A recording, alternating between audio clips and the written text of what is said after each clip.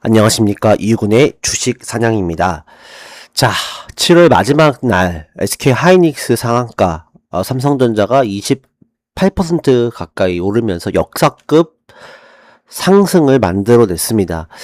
그동안 역사적으로 발생할 수 없었던 이틀 연속 서킷 브레이커 이후 정말 폭발적인 상승이 이어졌습니다.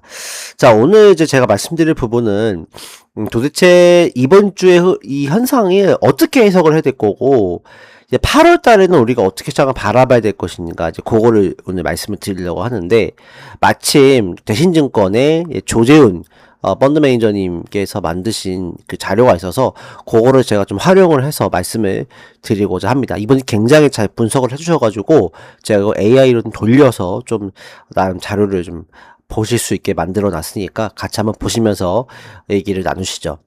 일단은 제목은 6번째 지지는 해부하다. 이제 코스피 폭락의 진단과 조건부 플레이북 이렇게 나와 있고요. 조재원 이 매니저님께서 굉장히 되게 심플하면서도 되게 핵심적으로 잘 이렇게 서술을 해주셨어요. 그래서 오늘 이분의 도움을 받아서 이 말씀을 좀 드리겠습니다. 일단은 질문을 바꿔야 한다는 거예요. 낮잘을 어떻게 맞출 수 있느냐, 하락이 언제 끝나느냐, 이게 이제 어떻게 맞출 수 있느냐는 부분인 거고, 도대체 뭐가 끝나야 되는 거냐, 이거를 알아야 우리가 이번 시장에 하락이 어디까지인지를 알 수 있다, 이렇게 될 수 있는 거고, 여기서 이제 주목해 볼 만한 거는 세 가지 레이어로 이제 층이 나눠져 있고, 이거를 하나하나 우리가 뜯어봤을 때 이것이 통과가 되면 하락이 이제 멈출 것이다 라고 보는 것입니다. 그거를 우리 살펴보는 거예요. 일단 첫 번째, 가격을 만든 주체가 이익을 보지 않는 주체다라고 하는 거죠. 지금 뭐가 문제냐면 실적이나 이건 되게 좋아요. SK하이닉스, 삼성전자, 수출액, 이번 수출액도 엄청 좋게 나왔고 7월달 또 수출액도 좋게 나왔고 근데 이제 지금 가격이 많이 떨어지고 있는 거, 코스피가. 그럼 도대체 왜 떨어지냐는 거였어요. 왜 떨어지는 거냐. 일단은 실물이 침체가 되거나 아니면 신용 경색, 유동성 문제가 생겨서 나오는 이런 하락이 아니라 이 포지션 문제라는 거예요. 포지션 문제. 이게 무슨 내용이냐. 이게 만약에 어떤 문제가 있냐면 첫 번째, 이게 그러면 글로벌 반도체 조정인가 라고 하는 거죠. 조정이 맞냐. 글로벌 조정은 맞다는 거예요. 왜냐면 한국도 떨어지고 대만도 떨어지고 니케이 떨어지고 나스닥도 떨어졌으니까 이거는 글로벌의 어떤 반도체 혹은 하이퍼스케일러의 조정이다 라고 해석해 볼 수는 있다. 근데 나스닥 같은 경우는 이제 사실 반도체 기업들도 물론 있지만, 나스닥 같은 경우 대표적으로 하이퍼스케일러나 이제 클라우드, 이제 AI 데이터 센터 쪽에 메인 어떤 핵심 주체를 가지고 있는 거니까 별개로 둔다고 하면, 반도체 쪽이라고 하면은 대만 가건 지수, TSMC가 있는 대만 지수랑 우리나라에서 비교를 했을 때 우리나라가 더 많이 빠졌다는 거예요. 대만도 우리나라처럼 30%대 빠졌다고 하면은 이건 정말 반도체 업황에 문제가 있고 사이클이 끝날 수 있다라고 볼 수가 있는 건데, 지금은 한국이 통제할 수 없는 어떤 추가적인 16%의 외생 변수가 존재한다는 거죠. 그럼 이 존재하는 이 외생 변수가 뭐냐는 겁니다. 그다음에 두 번째, 왜 비반도체까지 빠지냐. 코스닥은 더 심각하죠. 코스닥은 지금 올라가지도 못했고 하락은 더 많이 한 상황이에요. 45.4%가 하락을 했어요. 그러니까 이런 점에서 봤을 때 지금 만약에 이 코스피 반도체에 문제가 있다고 하면 사실 반도체 위주로 빠지고 코스닥은 오히려 테마성 종목으로 이제 오르면서 오히려 흐름이 견조하게 나올 수도 있다는 건데, 지금 비반도체인 코스닥마저도 붕괴되고 있다는 거죠. 그러니까 이런 흐름으로 봤을 때 이런 흐름들은 어떤 펀더멘탈의 악화의 측면이 아니라 계좌 단위 반대 매매에 대한 레버리지 문제가 있다라고 보는 거죠. 그러니까 지금 레버리지 상품이 6월 초에 출시가 되면서 오히려 그 이후에 빠졌다는 것들이, 코스닥에 빠졌다는 것들이 펀더멘탈적인 문제가 아니라 이제 그 신용매매의 청산이라든지 이런 레버리지에 대한 어떤 이 반대매매 이런 것들이 나오면서 자동적으로 코스닥 계좌도 청산이 되기 시작했다, 이렇게 보는 겁니다. 자, 그러면 이거를 어떻게 볼까? 세 층으로 보는 거예요. 첫 번째는 펀더멘탈, 글로벌 AI의 반도체 흐름이 어떠냐.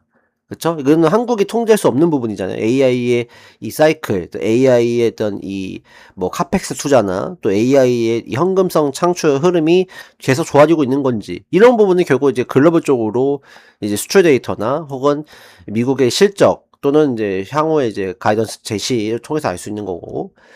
두 번째는 구조적 증폭기. 그러니까 SK하이닉스, 삼성전자가 지금은 지수를 굉장히 많이 차지를 하고 있어요. 코스피의 거의 50% 가까이를 이 두 종목이 잡고 있단 말이에요. 그러니까 이 종목이 흔들리기 시작하면 지수 차원에서 굉장히 변동성이 심해지는 거이기 때문에 그 이내들로 인해서 다른 종목으로 연쇄적인 반응이 나올 수 있다는 거. 세 번째는 수급에 대한 부분이에요. 레버리지에 대한 부분들이 지금 많이 나오고 있는데 이게 가장 문제라는 거, 3층이. 이게 문제라는 거야. 원래대로 가면 요 두 가지 가지고만 보면 되니까 사실은 이 두 가지만 보면 사실은 순전히 그냥 AI에 대한 흐름과 그 다음에 삼성닉스의 어떤 이 변화, 뭐 혹은 주가의 변화, 실적의 변화 요것만 체크하면 되는 건데 지금은 뭐까지 봐야 돼? 수급까지 봐야 돼. 어떤 수급이요? 레버리지 수급이요. 그러니까 레버리지 수급이 지금 어떻게 뒷받침돼주고 청산되고 있는지에 따라서 이것이 결론적으로 다른 층까지 영향을 다 주고 있다는 거죠. 즉 3층에 있는 이 한국의 고유의 레버리지가 오히려 한국의 시장을 더 흔들어 놨다 이렇게 보는 거죠. 그래서 이게 다 어쨌든 각자의 이 문제가 다 다르기 때문에 놓여진 각자의 흐름이 다 다르기 때문에 각자가 가진 것들이 어떻게 해결이 됐냐에 따라서 마무리가 어떻게 됐냐 달라질 수 있다 이 얘기죠. 근데 이제 역사적으로 이제 그 위기 급락 위기 유형을 봤을 때 지금은 그렇다고 해서 유동성에 문제가 있는 것도 아니고요. 그 다음에 실적이 뒷받침되지 않는 것도 아니기 때문에 지금은 이익도 살아있는 상황이고 또 낙폭이 급속도로 붕괴되는 이 시점에 놓여져 있다라는 거예요. 이익은 충분히 좋아요. 삼성닉스를 포함해서. 삼성닉스 뿐만 아니라 다른 여타의 기업들도 실적은 되게 좋단 말이죠. 근데 이제 급속도로 붕괴가 된 거란 말이에요. 그래서 이런 부분들로 봤을 때는 그러면 어떻게 해석을 해볼까? 첫 번째, 이익은 살아있느냐? 오케이, 패스. 이익은 살아있는 거. 이익은 되게 좋고, 이제 코스피 지수가 굉장히 좋은 흐름을 갖지만, 뒷받침되고 있는 거예요. 삼성닉스 반도체가 뭐 엄청난 이걸 지금 벌어들이고 있잖아요. 그러니까 그런 부분들은 살아있고. 그럼 신용시장은 문제가 있냐? 뭐, 신용 스프레드 같은 경우, 미국의 어떤 위기가 왔을 때, 어떤 스프레드가 신용 스프레드가 올라가는 현상이 벌어지거든요. 최근에 뭐 CDS 프리미엄이 좀 올라가긴 했었다고는 해요. 미국에. 근데 그렇다고 해서 엄청나게 하이드 위험 채권 자산의 스프레드가 막 급격하게 올라가지는 않았기 때문에 이거는 국제적인 어떤 이 금융시장의 붕괴, 신용경색 이런 부분은 아니라는 거죠. 즉 국지적 사건이라는 거예요. 이것도 오케이. 마지막 낙폭 속도가 극단적인가? 라고 했을 때는 일단은 급속 붕괴형의 전형적 속도다.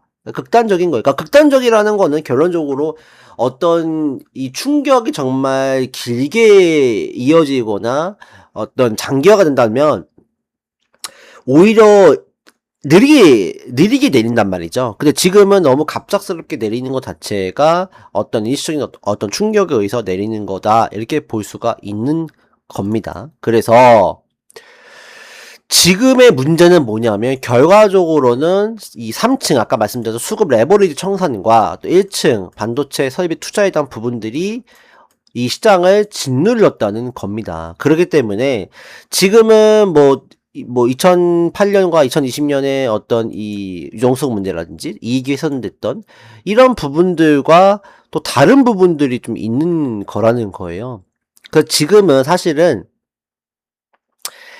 3층에 대한 문제, 그렇죠? 3층에 대한 문제, 즉 이 레버리지 문제가 해결이 되는 거 첫 번째고, 그 다음에 두 번째는 이제 1층, 즉 이 펀더멘탈 이익의 어떤 AI의 카펙스 투자나 하이퍼스케일러들이 어떻게 더 이익을 벌어들이는 건지, AI 소프트웨어 회사들이 이익을 벌어들이는 건지 이게 확인이 돼야 되는데. 일단은 지금 현재 시점에서는 1층도 어느 정도 뭐 마무리가 되는 것 같아요. 왜냐면은 뭐 아마존도 뭐 마이크로소프트 또 굉장히 지금 뭐 급등을 했잖아요. 오히려 AI에 대한 어떤 이 실적이 괜찮고 또 향후에 또 이제 투자를 더 하겠다는 어떤 용의가 또 있는 상황이니까. 그렇기 때문에 지금 어떤 빅테크 기업들의 실적 발표도 굉장히 좋게 나왔고, 그 다음에 얘네들이 계속 투자를 좀 하겠다는 용의가 나왔기 때문에 이런 부분의 설비 투자에 대한 어떤 이 우려, 위기 이런 것들은 어느 정도 해소가 된 것으로 보여집니다. 일단 이거는 7월 30일 날 해결이 됐어요. 우리나라 시각으로 30일 31일 사이에. 뭐 어쨌든 기업의 발표가 있긴 하지만 대표적으로 빅테크 기업들의 어떤 뭐 아마존 메타는 물론 떨어지긴 했지, 메타는 유동성이나 부분들이 껴들어가 있으니까요. 근데 이런 부분들이 상당히 또 우려했던 것만큼은 아니었던 걸로 확인이 됐고, 수급 레버리지 청산이 7월 31일 날 이어졌죠. 어떻게 이루어졌죠? 7월 31일이 아니라 7월 27일과 8일이죠. 27일과 28일 이때. 그쵸? 이때 막 하락을 엄청나게 했잖아요. 코스피가 15%씩 떨어졌잖아요. 이때 레버리지 청산됐고, 그 다음에 추가적으로 7월 또 31일 날에 또 추가적인 레버리지 청산도 이루어졌어요. 인버스 청산도 이루어졌고. 그쵸? 이렇기 때문에 3층과 1층이 일단 해결이 됐다. 저는 이렇게 보는 거예요. 여기서 나와 있는 거는 3층과 1층이 해결이 돼야 된다.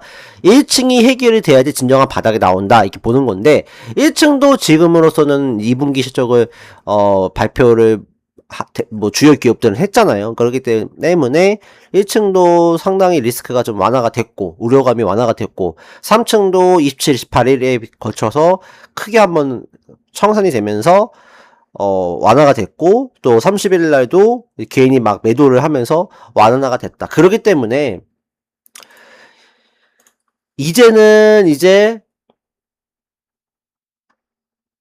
이 세 개의 시계를 주시하라 이게요. 첫 번째 수급의 시계는 제가 봤을 때는 해결이 된 것 같아요.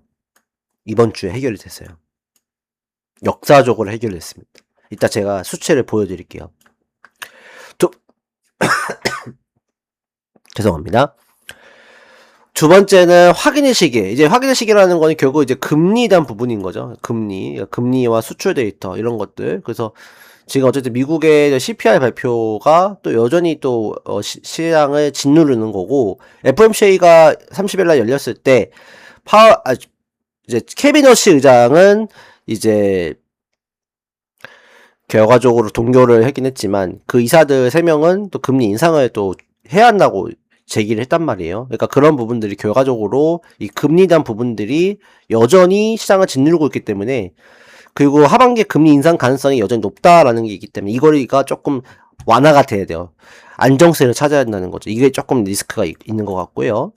역사의 시계. 이건 어쨌든 뭐 이 펀더멘탈이 유지가 된다고 하면은 상관이 없는 건데, 지금 펀더멘탈이 무너지고 있는 거냐 아니면은 유지되고 있는 거냐, 이 중대 기로에 있다고 하면 지금은 펀더멘탈 유지되는 흐름이 좀 더 있다 이렇게 볼 수가 있기 때문에 이것도 체크가 됐습니다. 그렇기 때문에 현재로서는 급락이 진행이 됐다가 이제 반등이 세게 들어왔고, 지금은 어쨌든 이 레버리지가 되고 청산이 된 것으로 확인이 지금 되고 있어요.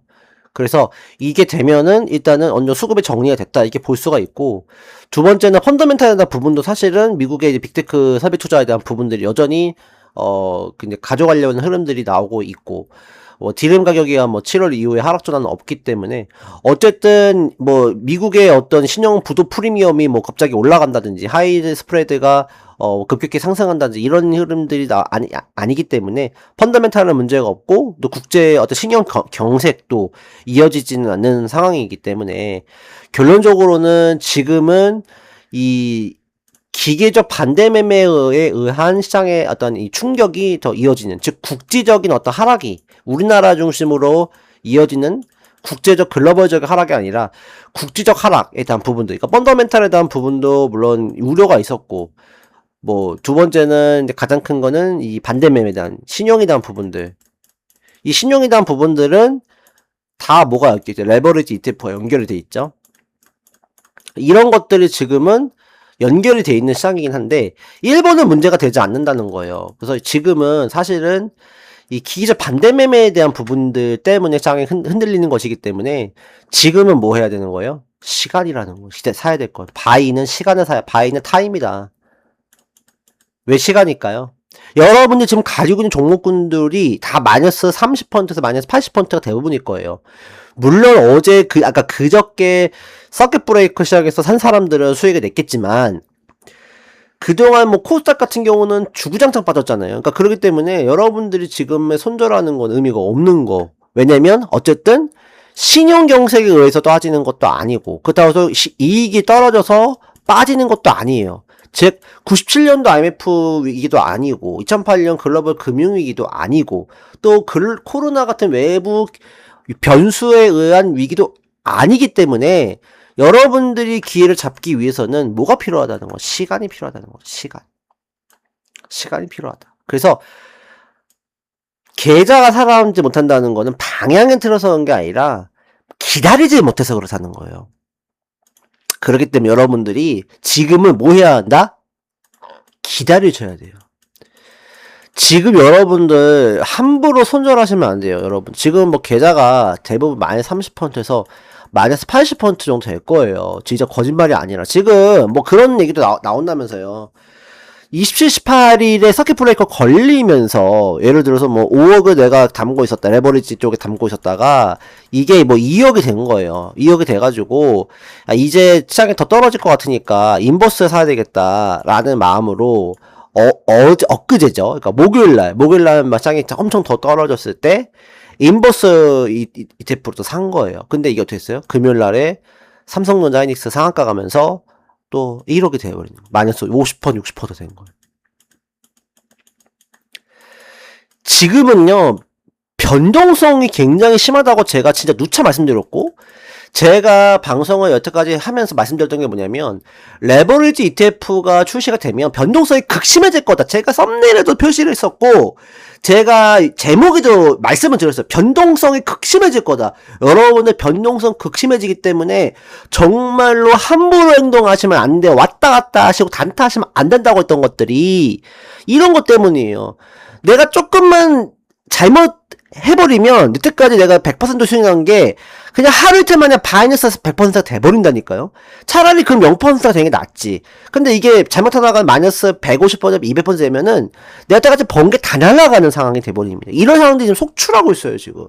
근데 더 문제인 건 뭔지 아세요? 신용 미수 쓴 것도 문제긴 한데 예를 들어서 집을 사야 되는 상황에서 중도금 가지고 잠깐 내가 굴리겠다고 해서 중도금 대출 받은 거, 중도금 받은 거 가지고, 중도금 내가 이 예금 든 거를 빼가지고 거기에 주식 넣었다가 홀라당 날린 사람도 있고요. 그리고 뭐 고점을 잡아가지고 고점을 신용매수 쓰는 사람도 지금 뭐 많아요. 주변에도. 그러다 보니까 지금 상황이 너무 말이 아니에요. 처참합니다. 비참하고 정말 절망적이에요. 그래서 여러분들 현금으로 투자하신 분들 뭐 코스닥이든 코스피든 간에 삼성전자 하이닉스 투자하신 분들은 뭐 지금 뭐 마이너스 50% 60% 된다고 해가지고 절망하고 뭐 희망을 잃지는 마세요. 왜냐면 현금으로 가진 것들은 어쨌든 현금이기 때문에 시간이 해결해지면은 복구가 되는 거잖아요. 근데 신용 미수나 특히 미수 이런 것들 이런 거는 3일 만에 해야 돼요. 3일 만에 내가 이걸 갚아야 되거든요. 그런 건 시간이 정해져 있잖아요. 그러니까 시간을 아까 뭐라 그랬어요? 시간을 기다려야 한다니까요. 지금 여러분들 시간을 기다려야 한다고요. 근데 신용 미수나 이런 것들은 시간을 기다려주지를 않아요. 그냥 안 되면 다 하한가로 다 강제 반대매매 당한단 말이에요. 지금 이런 분들이 속출하고 이번 주에 터진 거예요. 엄청나게 터져버렸어요. 그렇기 때문에 여러분들 지금 내가 마이너스 손실 심하다 하신 분들은 현금이신 분들은 일단 기다리시고 예를 들어서 이게 떨어졌어요. 떨어지면은 어쨌든 반등이 나올 거예요. 금요일날 반등은 나왔으니까 이 반등이 조금 더 왔을 때 그때 고민해 보셔도 늦지 않아요. 그러니까 여기서 마이너스 60%로 손절하시지 말고 마이너스 20, 30%쪽으로 손절을 차라리 하셔가지고 그때 차라리 고민하셔도 늦지 않아요. 그러니까 지금 뭐 손실이 심한데 손실을 확정짓지 마시라는 얘기예요. 현금이신 분들은. 신용 미수이신 분들은 뭐 어떻게 방법이 없어요. 그냥 대출을 더 끌으셔가지고 메꾸시던지 방법밖에 없는 거예요. 그냥 청산당하는 것밖에 방법이 없잖아요. 솔직히 말씀드리면. 그래서 지금 시장에서 여러분들이 시간을 가지고 좀 기다리셔야 돼요. 여유를 가지고 기다리시자. 이런 말씀을 드리고 싶고요. 어쨌든 지금 시장이 어떻게 되는지 보시겠습니까? 지금 자, 지금 최근에 신용 30일자 기준의 신용 잔고인데요. 지금 30일자 기준으로 28조가 됐어요. 28조. 여러분들 잘 보세요. 7월 31일자이거든요? 자, 그러면 이게 지금, 3일 전에 수치가 나오는 거니까 아마 서킷 브레이커 됐을 때부터 아마 쭉 숫자가 나오는 거로 보여집니다. 그러면 지금 이게 30일 날 개인들이 상당히 많이 매도를 또 했었고, 그런 상황에서 보면은 지금 이 숫자가 굉장히 충격적인 숫자예요. 지금 엄청난 숫자입니다. 지금 3조가 줄었어요. 3조가. 그리고 10일 날 1조가 줄었고요. 그래서 지금 이 20조대로 떨어진 게 지금 2026년 2월 달 이후, 2월 2일 날 이후 처음, 2월 3일 날 이후 처음이에요. 2월 4일부터 신용이 30조로 쭉 유지가 됐었거든요. 그 최고가 38조까지 올라갔었어요. 38조. 토탈이 코스닥 코스피 합쳐가지고 지금 28조까지 떨어져. 처음으로 20조대로 떨어지는 거예요. 보통 20조 초반 정도까지 떨어지긴 하거든요. 보통 떨어진다고 하면 19조, 18조. 지금 어쨌든 상당히 많은 신용이 지금 털려 나간 겁니다. 반대 매매가 당한 거예요. 자, 그러게 되기 때문에 상당히 이런 반대 매매에 대한 부분들이 해결이 되고 있는 거라는 거죠. 즉, 아까 말씀드렸던 장표에서 3층에 대한 부분이 해결이 되고 있는 거예요. 왜냐하면 반대 매매가 청산이 되고 있다는 거기 때문에, 그러면 이것들이 해결이 돼야 수급에 대한 어떤 수급이 신선하고 새로운 수급이 들어올 여지가 있는 거죠. 그게 바로 뭐예요? 외국인이겠죠. 그래서 외국인들이 금요일 날에 8조 정도 들어왔잖아. 삼전닉스에. 그러니까 그 말은 환율도 지금 1430원대가 거의 떨어졌고, 그리고 수급도 지금 레버리지가 막 청산당하고 반매매가 있기 때문에 깨끗한 클린한 환경에서 외국인들이 들어올 수가 있는 상황인 거예요. 코스피도 많이 떨어져 있었기 때문에 오히려 5천, 6천 포인트에서는 매수를 타점으로 잡아서 모아가도 되는 상황이 된 거죠. 그 다음에 아까 말씀드린 1층에 대한 레이어도 지금 해결이 됐죠. 왜냐면 미국 빅테크 기업의 실적도 좋았긴 했고, 또 가이던스나 카펙스 투자에 대한 부분도 여전히 용해가 있기 때문에, 다만 미국의 이제 금리에 대한 문제, 또 유가에 대한 문제, 이런 것들을 물론 봐야 되겠지만, 어쨌든 거시적 환경에서 반도체에 대한 환경이라든지, 또 이 수급의 레버리지, 이 반대매매에 대한 부분들이 해결이 되고 있기 때문에, 제가 봤을 때는, 지금부터는 서서히 이제 바닥을 다질 가능성이 높지 않겠느냐라고 좀 생각을 좀 해볼 수 있을 것 같습니다. 그래서 이제 8월 달이잖아요. 8월 달인데 어쨌든 이게 그렇다서 이게 쭉 올라가지는 않을 거예요. 어쨌든 오늘도 야간 선물이 또 많이 빠졌단 말이에요. 미국은 솔직히 좀 아직까지 금리에 대한 부분들을 상당히 지금 리스키하게 보고 있기 때문에 우리나라 수급이라든지 펀더멘탈 문제 해결이 된다 하더라도 미국의 어떤 이 금리에 대한 부분들이 여전히 불안 요소로 남아있으면 여전히 시장은 불안 요소에 따라서 움직일 수밖에 없다. 다만 수급과 펀더멘탈에 대한 부분들이 어느 정도 해결이 되고 있기 때문에 그 부분에 대한 이 악재가 좀 희석이 됐기 때문에 그렇다고 해서 이게 한 번 더 빠질 수 있느냐라고 보지는 않다고 생각을 하고요. 대신에 이게 어쨌든 조금씩 이제 핑퐁 게임을 하면서 조금씩 이제 그 조정을 또 횡보를 거치면서 다시 한번 정고점 트라이를 언젠가는 하려고 하지 않겠느냐 이렇게 볼 수 있을 것 같습니다. 그래서 오히려 이렇게 파란불 나왔을 때 여러분들이 삼전닉스는 매수해도 되는 그런 상황이지 않느냐라고 생각이 들고, 특히 코스닥 같은 경우에는 너무 비참하잖아요. 처참하고 절망스러워요. 진짜 코스닥은. 코스닥 같은 경우도 어쨌든 이제 수급에 대한 부분들이 많이 털려 나갔고, 기계적 반대 매매라든지, 그 다음에 레버리지 ETF의 운영에 대한 조건이 굉장히 까다로워졌기 때문에 수급이 또 이제 레버리지 인버스에 쏠렸던 것들이 이제 분산이 되기 시작할 거고, 또 신용 매수가 좀 줄어들었기 때문에 이제 건전한 수급들이 이제 코스닥에도 발길을 들이지 않을까라고 생각을 합니다. 그래서 8월 달에는 이제 코스피 쪽의 삼전닉스는 조금씩 이제 파란불일 때, 음봉일 때는 모아가도 되지 않을까라고 생각을 좀 하고 있고요. 코스닥 같은 경우는 레버리지 인버스 ETF의 어떤 이 조건이 강화가 됐기 때문에 이제는 그 건전한 수급들 이제는 코스닥에도 발길을 들이고 이제 개인들도 다시 한번 코스닥 쪽으로 발길을 들일 것이다. 뭐 여기 이제 공매도 금지 한시적인 조건까지 나온다 그러면 뭐 코스닥은 진짜 뭐 더 폭발적인 랠리가 나올 수도 있다고 생각을 하는데 그거는 아직 결정된 건 아니기 때문에 그래서 8월 달에는 이제 7월 달에 하락은 이제 좀 끝났고 8월 달에는 이제 좀 반등에 대한 분위기가 좀 나올 수 있지 않을까라고 생각을 합니다. 다만 이제 문제는 미국의 금리 이제 문제가 되겠죠. 이 CPI나 또 PPI나 이 부분들이 어떻게 얘기할 것이고 또 케빈 러시 의장이 결과적으로는 어떻게 얘기할 것인가 이런 부분들이 가장 좀 중요하게 되지 않을까라는 생각을 가져봅니다. 그래서 여러분들께 말씀드릴 부분은 이거는 너무 진짜 솔직히 이건 아니잖아요. 이거 어떻게 왜 국제적인 금융위기 혹은 뭐 우리나라가 뭐 국가 부도가 돼가지고 이게 떨어진 게 아니잖아요. 이게 결론적으로는 사실은 코스닥 같은 경우는 무조건 1, 2, 3층 다 뭐 때문이냐면 레버리지 ETF 때문입니다. 왜냐면은 수급이 다 레버리지 ETF로 갔기 때문에 코스닥을 누가 투자해요? 코스닥 가가지고 뭐 위험한데 코스닥을 왜 투자해요? 삼전리스 기초자산으로 하는 게 더 효과가 있고 더 많이 오르는데 굳이 코스닥으로 갈 필요가 뭐가 있냐는 거죠. 그렇기 때문에 이게 레버리지 ETF가 거래 조건이 좀 강화가 됐기 때문에 좀 이런 부분들이 이제 코스닥 쪽으로 좀 발길을 돌려서 8월부터는 좀 수급이 들어오지 않을까라 기대를 좀 해볼 수 있을 것 같고 코스피도 반등을 모색할 수 있는 국면이 되지 않을까라고 생각을 합니다. 다만 이제 코스피 쪽에도 이제 변수는 있어요. 뭐 중국의 이제 키미 케이슬이나 또 DUV 공정에 대한 개발이 어쨌든 계속 가셔야 되고 이러면 어쨌든 좀 무거운 짓눌릴 수 있는 어떤 이 부분이 될 수 있으니까 그런 부분들을 참고해 주시면 좋을 것 같습니다. 여러분들 정말 7월 달에 정말로 고생 많으셨어요. 고생 많으셨고 저도 정말 힘들었고